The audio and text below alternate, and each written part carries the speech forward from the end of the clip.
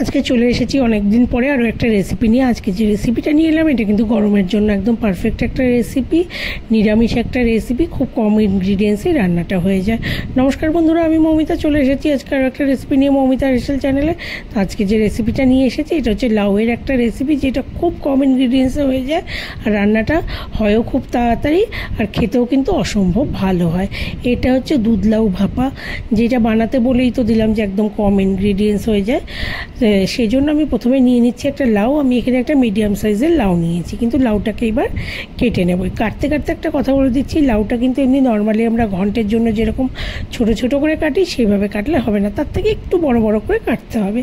কারণ এই রান্নাটা করার সময় কোনো আলাদা করে তেলে ফোড়নের ঝামেলা নেই, কিচ্ছু নেই, কিন্তু জাস্ট লাউগুলোকে একটু কেটে নিয়ে ভালো করে ধুয়ে পরিষ্কার করে একবারে কড়াইয়ের মধ্যে মেখে বসিয়ে দিলেই কিন্তু রান্নাটা হয়ে যাবে। গিয়ে কথা বলতে বলতে এই যে দেখো লাউগুলো কাটা হয়ে গেল। গিয়ে লাউগুলোকে এবার ভালো করে জল দিয়ে ধুয়ে আমি পরিষ্কার করে নিচ্ছি। লাউগুলো ভালো করে জল দিয়ে ধুয়ে পরিষ্কার করে নিতে নিতে আমি এদিকে মিক্সিতে পোস্তটাকে বেটে নিচ্ছি।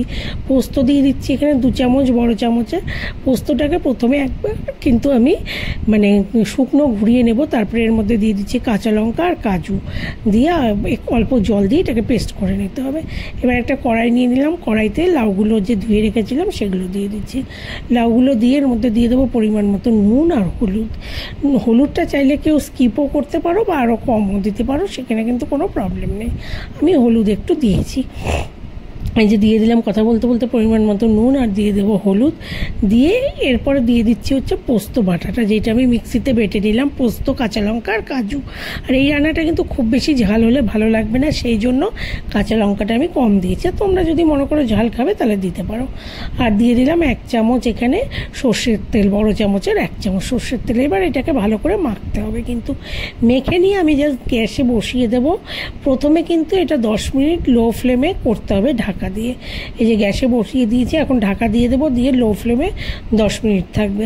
10 মিনিট পরে এই যে যখন জলটা ছাড়লো লাউ থেকে, তখন আরেকবার আমি এরকমভাবে আস্তে করে জাস্ট খুন্তি দিয়ে নেড়ে দেবো, দিয়ে আবারও ঢাকা দিয়ে দেবো, কিন্তু দিয়ে এখনও এটা লো ফ্লেমে থাকবে। এবার আমি এই যে দেখতে পাচ্ছ আবার 10 মিনিট পরে খুলে এবার আমি এটাকে আবার ভালো করে খুন্তি দিয়ে নাড়াচাড়া করে দিচ্ছি। এখন আর আমি লো ফ্লেমে রাখবো না, এখন মিডিয়াম ফ্লেমে রাখবো। রেখে একটু চিনি দিয়ে দেবো, কারণ লাউ একটু মিষ্টি না হলে ভালো লাগে না। চিনিটা দিয়ে আর দিয়ে দিচ্ছি হচ্ছে 1 কাপ দুধ এখানে দিয়ে এটাকে এখন মিডিয়াম ফ্লেমে হতে দিতে হবে। এখন ঢাকা দেওয়ার দরকার নেই, না দিলেও হবে, বা একটু দিলে দিতেও পারো, যার যেরকম সুবিধে। বা লাউ যদি কারো সেদ্ধ না হয় সেক্ষেত্রে ঢাকা দিতে পারো। আমার কিন্তু লাউ একদম সেদ্ধ হয়ে গেছে। গিয়ে শেষে আমি আরও 3টে কাঁচা লঙ্কা দিয়ে দিলাম, দিয়ে এবার এটাকে আমি সার্ভিং প্লেটে সার্ভ করে দেবো। এই সময় অনেকে দুধ দেয়, দুধ না, সর্ষের তেল দেয়, কিন্তু তেল দিলে কিন্তু এখন আর ভালো লাগবে না, কারণ দুধের একটা স্মেল আছে, সেই জন্য এই সময় আর কিন্তু সর্ষের তেল ভালো লাগবে না, তাই আমি দিলাম না। তোমরা চাইলে দিতে পারো। এবার আমি এটাকে সার্ভিং বলে সার্ভ করে দিচ্ছি। কিন্তু রেডি হয়ে গেল, দেখতে পাচ্ছ দুধ লাউ ভাপা, যেটা কিন্তু গরমের দুপুরে ভাতের সাথে খেতে খুবই ভালো লাগবে। এটা খাওয়াও যেরকম উপকারী আর বানানোও হয়ে যায় ঝটপট করে।